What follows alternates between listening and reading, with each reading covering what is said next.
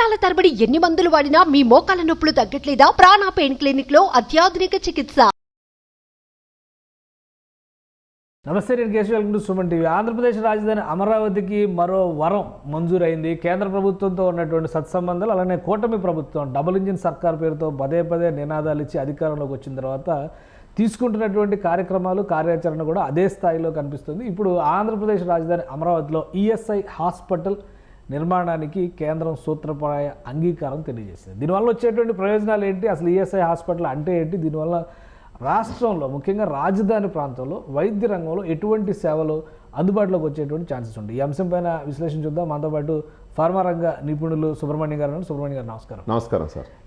ఈ ఈఎస్ఐ అంటే జనరల్గా అందరికీ కూడా ఎంప్లాయీస్కి ఎక్కువ ఇంపార్టెన్స్ ఉండేటువంటి హాస్పిటల్, సర్వీసెస్ పైన కూడా అవగాహన పేరులోనే ఉంది సార్. సో ఏంటి ఈఎస్ఐ హాస్పిటల్ ఆల్రెడీ ఎయిమ్స్ పనిచేస్తుంది, యాక్టివిటీలోకి వచ్చేసింది. గత ప్రభుత్వ హయాంలో ఏదో వాటర్ ప్రాబ్లము, సప్లై ఇష్యూస్ అవన్నీ ఉంటే కూడా చంద్రబాబు నాయుడు గారు సీఎం అయిన వెంటనే ఎయిమ్స్ డైరెక్టర్ ఆయన కలిశారు, కన్సిడర్ చేశారు. ఇమీడియట్గా డెడికేటెడ్ పైప్ లైన్ కూడా శాంక్షన్స్ ఇచ్చింది స్టేట్ గవర్నమెంట్. సో అక్కడ ఒక పెద్ద హాస్పిటల్ వ్యవస్థ ఉంది. మళ్ళీ ఇప్పుడు ఈఎస్ఐ అనేటువంటి ఒక కొత్త శాంక్షన్ కేంద్ర ప్రభుత్వం చేసింది అంటున్నారు. అవును సార్. అమరావతిలో అసలు మనుషులే ఉండట్లేదు, ఇవన్నీ ఎందుకు తెస్తున్నారనే వాళ్ళకి ఏం సమాధానం? గ్రాఫిక్స్కి రిపేర్ చేయడం అంటే గ్రాఫిక్స్కి ఏమన్నా ట్రీట్మెంట్ చేస్తారా ఏంటి ESI hospital secret? Sir, ESI అనేది employees state insurance corporation 1948 act ప్రకారం ఫస్ట్ వచ్చిన హాస్పిటల్. ఇది గవర్నమెంట్ రిలేటెడ్. ఇది ఈఎస్ఐ అంటేనే సార్ ఉద్యోగం చేసుకునే వాళ్ళకి ఒక భరోసా లాంటిది సార్. మొదటి నుంచి కూడా ఉద్యోగస్తులకి హెల్త్కి సంబంధించి ఏదైనా వస్తే ఈఎస్ఐను ఒక గుడిలాగా వాళ్ళు ఇచ్చేస్తారు. మనది యునైటెడ్ స్టేట్గా ఉన్నప్పుడు హైదరాబాద్లో ఒక ఈఎస్ఐ ఉంది. స్టేట్ సపరేట్ అయిన తర్వాత చంద్రబాబు నాయుడు గారు అప్పుడు రూలింగ్లో రావడం జరిగింది. అప్పటి నుంచి సెంట్రల్ గవర్నమెంట్కి ఆయన అభ్యర్థన చేస్తూనే ఉన్నాడు. అది దీంట్లోనే 10 సంవత్సరాలు గడిచిపోయింది. అంటే కంబైన్డ్ స్టేట్లో ఈఎస్ఐ హాస్పిటల్ హైదరాబాద్ అంటే ఉమ్మడి దీనిలో ఉన్నది తెలంగాణ రాష్ట్రానికి వచ్చేసింది. ఏపీలో కూడా ఒకటి నిర్మాణం చేయాలని స్పెషాలిటీ హాస్పిటల్ కావాలని చెప్పేసి చంద్రబాబు నాయుడు గారు స్టేట్ సపరేట్ అయిన తర్వాత పెట్టినటువంటి రిక్వెస్ట్. బహుశా ఆయన కంటిన్యూ అయి ఉంటే గత 10 సంవత్సరాలు వచ్చి ఉంటుందేమో. తర్వాత ప్రభుత్వం మారిన తర్వాత వాళ్ళ ప్రయారిటీస్ వేరుగా ఉన్నాయి. వీటన్నిటి గురించి ఆలోచించి అసలు అమరావతి ప్రయారిటీ కాదు కాబట్టి వాళ్ళు వీటన్నిటిని పక్కన పెట్టినారు. అంటే ఇప్పుడు మనం ఇక్కడ గమనించవలసినటువంటి విషయం ఏంటంటే సార్, మీరు చూసినారంటే కూటమి ప్రభుత్వం వచ్చిన తర్వాత పవన్ కళ్యాణ్ గారు, చంద్రబాబు నాయుడు గారు లోకేష్ గారిని ఇంకొక రకమైన వర్క్ చేస్తున్నాడు అనుకుందాం. బేసిక్గా వీళ్ళిద్దరూ సైలెంట్గా సెంట్రల్ గవర్నమెంట్ నుంచి ఒక్కొక్కటి హంగామా లేకుండా, అంటే మనకు ఇది ఉన్నప్పుడు ఏదైనా కొంచెం ఇది అప్రోచ్ చేయండి సార్ అని చెప్పి లాగేస్తారు కదా, పక్కన పేపర్ పెట్టి కావాల్సినవి తీసుకుంటారు. మంచి మూడు చూసి హెల్త్ డిపార్ట్మెంట్. అవును సార్. అంటే ఇప్పుడు ఆంధ్రప్రదేశ్లో ఆరోగ్య శాఖ మంత్రి సత్యకుమార్ యాదవ్ గారు బీజేపీ నాయకుడు. బీజేపీలో చాలా కీ రోల్ ప్రదర్శించినటువంటి నాయకుడు.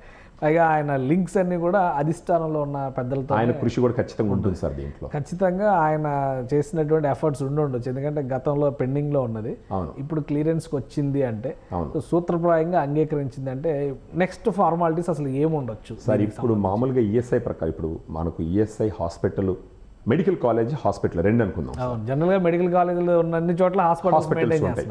అందులో ఈ మెడికల్ కాలేజ్ అనుకున్నప్పుడు దాంట్లో ఇప్పుడు మనకు తెలిసింది ఏంటంటే 500 పడకల మెడికల్ కాలేజ్. దాంట్లో సూపర్ స్పెషాలిటీకి వచ్చి 150 పడకలు. సూపర్ స్పెషాలిటీ అంటే కార్డియాలజీ కానీ, న్యూరాలజీ కానీ, సైకియాట్రీ కానీ, ఇవన్నీ సూపర్ స్పెషాలిటీ కిందకు వస్తాయి. ఆంకాలజీ కానీ ఇవన్నీ సూపర్ స్పెషాలిటీ కిందకు వస్తాయి. ఇప్పుడు మామూలుగా ఒక 500 పడకలు ఉండే హాస్పిటల్ పెట్టాలంటే కనీసం ఒక 20 ఎకరాల స్థలం కావాలి. ఈఎస్ఐ నిబంధనల ప్రకారం వాళ్ళు ఈఎస్ఐ ఎక్కడనేదని పెడితే మినిమం 10 ఎకరాలు అడుగుతారు. ఇప్పుడు మెడికల్ కాలేజ్, హాస్పిటల్ రెండు వస్తున్నాయి. సో ఖచ్చితంగా ఇప్పుడు కూటమి ప్రభుత్వం వాళ్ళకి కావాల్సింది ఇచ్చి తీరాలి ఫర్ వన్ రీజన్. ఎందుకంటే సార్, ఇప్పుడు అమరావతి పనులు స్టార్ట్ అయ్యాయి. 25 ఎకరాల దాకా అవసరం ఉంటుంది, ఖచ్చితంగా ఉంటుంది. ఇప్పుడు అమరావతి పనులు స్టార్ట్ అయిపోయినాయి. 8-9 నెలల్లో ఎంతో ముందర కట్టినటువంటి బిల్డింగులు పనులు పూర్తి చేసి ఎంప్లాయీస్ అందరూ అక్కడికి మారతారని చెప్పేసి ఒక డిస్కషన్ జరుగుతుంది. దానికి తగ్గాల్సిన కార్యక్రమాలు నడుస్తూ ఉన్నాయి. ఈ సమయంలో వాళ్ళందరూ అక్కడికి రీచ్ అయినప్పుడు వాళ్ళ ఆరోగ్యం గురించి పట్టించుకోవాల్సిన అవసరం కూడా ఉంది కదా సార్. ఇప్పుడు ఈ ఎంప్లాయీస్కి అందరికి మోటివేషన్ కావాలి కదా, మనకి ఏదైనా ఆరోగ్య సమస్యలు వస్తే ఏంటి అని. అలాంటప్పుడు ఈఎస్ఐ అని విన్నారంటే ఇలా టెన్షన్స్ అన్ని ఫ్రీ అయిపోతాయి. దానికి ఉన్నటువంటి చరిత్ర అలాంటిది. అందుకనే ఉమ్మడి రాష్ట్రం ఉన్నప్పుడు ఉన్న ఈఎస్ఐ తెలంగాణకి రావడం వల్ల ఇమ్మీడియట్గా చంద్రబాబు నాయుడు గారు పెట్టిన ప్రపోజల్ ఏంటంటే మాకు కూడా ఒక ఈఎస్ఐ ఇవ్వండి అనేసరి. ఆ ప్రపోజల్ ఎయిమ్స్ ఉన్నప్పటికీ ఈ ఈఎస్ఐ ఇవ్వండి అని అడగడంలోనే దానికి ఉన్న ప్రాముఖ్యత ఏంటో మనం అందరూ అర్థం చేసుకోవచ్చు సార్. ఇప్పుడు అమరావతిని ప్రపంచ స్థాయి రాజధానిగా నిర్మించాలనుకున్నప్పుడు మీరు చూసినట్టు ఒక్కొక్కటి గురి చూసి కొట్టినట్టు ఉంది సార్. ఒక పక్క ఎలక్ట్రిసిటీని డెవలప్మెంట్ చేయడం, ఒక పక్క వాటర్కి సంబంధించి ఇది చేయడం, ఒక పక్క బిల్డింగ్లు కట్టడం, ఇంకొక పక్క రైల్వే స్టేషన్, ఇంకొక పక్క మెట్రో, ఇవన్నీ చేసుకుంటూ ఇప్పుడు ఆరోగ్యంలోకి దిగినారన్నమాట. అంటే దీన్ని బట్టి చూస్తుంటే వీళ్ళు అప్పటికప్పుడు స్పొరాడిక్గా ఆలోచించి తీసుకున్నటువంటి నిర్ణయాలు అయితే కానే కాదు సార్. ఒక ప్రణాళిక, పక్కా ప్రణాళిక, మేధావులను కూర్చోబెట్టి అది పనిగా, అంటే ఈరోజు ఇది జరిగిందంటే ఇప్పుడు వెలుగులోకి వచ్చింది ఇది, కానీ దీని వరకు వాళ్ళు ప్రభుత్వంలోకి వచ్చిన వెంటనే మొదలయ్యి 4 నెలల నుంచి జరిగి ఉంటుంది, కానీ ఇప్పుడు దాకా ఎక్కడా తెలియలేదు. ఇప్పుడు ఇది వెలుగులోకి వచ్చింది అనమాట. అది కూడా సెంట్రల్ గవర్నమెంట్ అప్రూవల్ ఇచ్చిన తర్వాత. ఇప్పుడు దీన్ని కానీ సెంట్రల్ గవర్నమెంట్ ఫండ్స్తోనే కానీ పూర్తిగా నిర్మిస్తే మాత్రం ఇంకా మనకు అది గొప్ప వరంగానే మనం చూడాలి సార్ దాన్ని. ఇంకోటి అసలు ఈఎస్ఐ అనగానే ఇప్పుడు ఆల్మోస్ట్ ఒక 15,000 నుంచి 25,000 మంది వర్కర్స్ అమరావతి నిర్మాణంలో పాల్గొనే అవకాశం ఉంది. జనరల్గా ఎవరు పని చేసినా కానీ ఈఎస్ఐ స్కీమ్ అప్లై చేయడం కామన్. నార్మల్ ఎంప్లాయీస్ కూడా 200 రూపాయలు 300 రూపాయలు తీసుకుని ఈఎస్ఐ అప్లికబుల్ చేస్తున్నారు, ఎందుకంటే ఏదైనా హెల్త్ ఎమర్జెన్సీ వస్తే వాళ్ళకి. ఇప్పుడు అక్కడ నిర్మాణం మొదలైతే సర్వీసెస్ మొదలవడానికి టైం, నిర్మాణం కంప్లీట్ అయ్యి సర్వీస్ మొదలవడానికి టైం పడుతుంది. బట్ ఇప్పుడు అమరావతి రీజియన్లో ఇమీడియట్గా సర్వీసెస్ మొదలు పెట్టడానికి అవకాశాలు ఉంటాయా, లేదా ఈ హాస్పిటల్ నిర్మాణమే ఒక పెద్ద వనరుగా చూడాల్సి ఉంటుందా? ఆల్రెడీ విజయవాడలో ఈఎస్ఐ ఉంది, మంగళగిరిలో ఎయిమ్స్ ఉంది, విజయవాడలో ఈఎస్ఐ కాంపౌండ్ ఉంది ఆల్రెడీ. బట్ ఏంటంటే ఇది అమరావతి కోర్ క్యాపిటల్ ఏరియాకి వస్తుంది. ఇది అంటే ఇప్పుడు దానికి ప్రాముఖ్యత తీసుకురావాలంటే ఇప్పుడు ఒకటి వచ్చేసి అక్కడికి వచ్చే ఎంప్లాయీస్ కూడా మనం ఆ నగరంకి వెళ్ళి మనం అక్కడ స్థిరపడచ్చు అని చెప్పేసి ఒక భరోసా దొరకాలి కదా సార్. అది దొరికినప్పుడే కదా 10 మంది ఉత్సాహంగా అక్కడికి వస్తారు.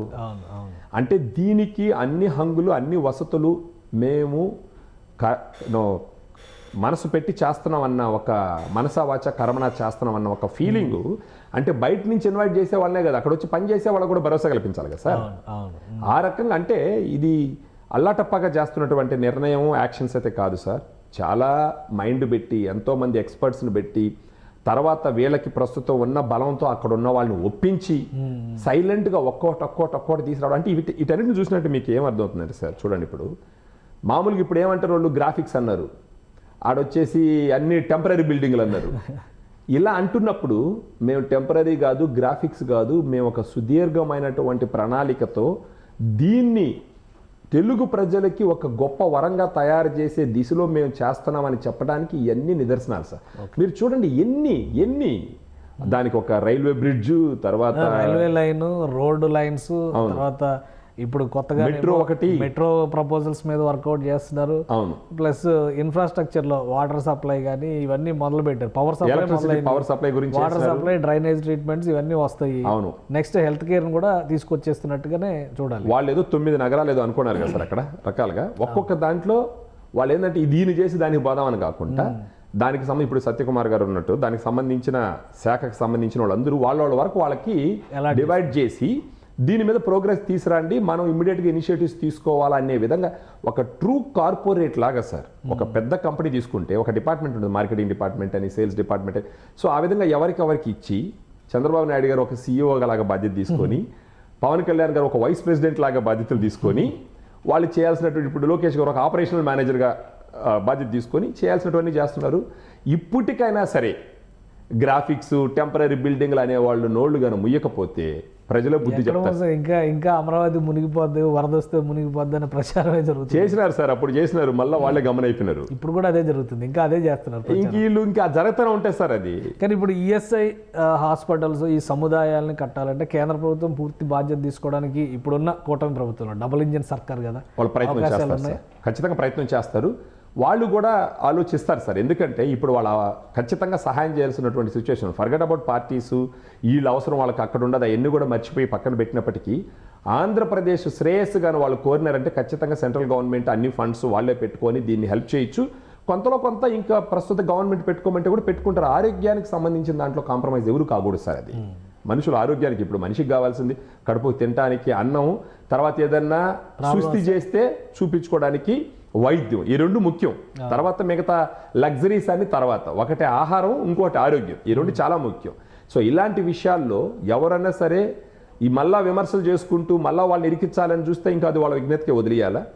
ఇప్పుడు దీనికి సపోర్ట్ చేసి అవన్నీ ఇమీడియట్గా వర్క్ స్టార్ట్ చేస్తే, ఒకవేళ ఇప్పుడు మెడికల్ కాలేజీ కన్స్ట్రక్షన్ స్టార్ట్ అయినా కానీ it take some time sir. 1-2 years maximum. ఖచ్చితంగా. అన్ని ఆయన 3 years ఇది పెట్టుకోండి. కరెక్ట్. సో అందుకని ఇది కూడా ఆల్మోస్ట్ ఆ టైం కల్లా. ఇప్పుడు వీళ్ళు చిత్తశుద్ధి ఉందని చెప్పడానికి ఒక చిన్న ఎగ్జాంపుల్ సార్. ఇంతకు ముందర చూడండి, all India institute of medical sciences తీసుకొచ్చి మంగళూరులో పెట్టినారా లేదా? నేను నా వృత్తిలో భాగంగా చాలా సార్లు ఆ హాస్పిటల్ సందర్శించడం జరిగింది సార్. నా ఉద్యోగం డాక్టర్ని కలవడం. దాంట్లో పోతే నాకు అక్కడికి పోయినప్పుడు అది ఎలా ఉందంటే ట్రూ కార్పొరేట్ హాస్పిటల్ లాగా ఉంది ఎయిమ్స్. దానికి కూడా గత ప్రభుత్వం ఏదో నీళ్ళు ఇవ్వకుండా ఇబ్బంది పెట్టారని అక్కడెక్కడైనా అది ఎంతవరకు వస్తుంది తెలియదు. చాలా పెద్దదంట కదా, 150 ఎకరాలు. చాలా పెద్దది సార్. మీరు అక్కడ పోయి చూసినారంటే అది ఎలా ఉంటుందంటే, నేను ఢిల్లీ ఎయిమ్స్ సందర్శించున్నాను సార్. ఢిల్లీ ఎయిమ్స్ పోయిన సందర్భాలు ఉన్నాయి. నేను ఒకసారి వర్క్ మీద వెళ్ళినప్పుడు చూసినాం. ఇది వచ్చి ఇంకా అడ్వాన్స్డ్గా అక్కడ ఉన్న ప్రిమిసెస్ కానీ మీరు చూసినారంటే, ఒక యశోద హాస్పిటల్, ఒక మెడికవర్ హాస్పిటల్, ఒక అపోలో హాస్పిటల్స్ వాళ్ళు ఎలాగైతే మెయింటైన్ చేస్తారో అది గవర్నమెంట్ హాస్పిటల్ లాగా కనపడే ఛాన్సే లేదు సార్. చూడటానికి ఫుల్ కార్పొరేట్ హాస్పిటల్ లాగా ఉంటుంది మంగళూరు ఎయిమ్స్. దాన్ని తీసుకొచ్చి పెట్టినారంటేనే వీళ్ళు ఆరోగ్యం మీద చూపిస్తున్నటువంటి శ్రద్ధ, ఆసక్తికి ఉన్న చిత్తశుద్ధి ప్రతి ఒక్కరు గమనించాలి. ఇప్పుడు దీంతో పాటు ఇప్పుడు ఈఎస్ఐని తీసుకో. ఈఎస్ఐ అంటే దశాబ్దాల పరంగా జనాలకి సేవ చేస్తున్నటువంటి ఒక గొప్ప ఆరోగ్య సంస్థ. అది గవర్నమెంట్కి సంబంధించి. దాన్ని తీసుకొచ్చి పెడుతున్నారంటే, ఒక పక్క ఎయిమ్స్ అది గవర్నమెంట్ సంస్థ, ఒక పక్క ఈఎస్ఐ ఎంతో చరిత్ర ఉన్నటువంటిది. ఇవన్నీ తీసుకొచ్చి పెడుతున్నారంటే ప్రజలు వీటిని హర్షించాలా, వీళ్ళ భవిష్యత్తుకి భరోసా ఇస్తూ చేస్తున్నటువంటి ప్రయత్నాలుగా మనం చూడాలి సార్ దీన్ని.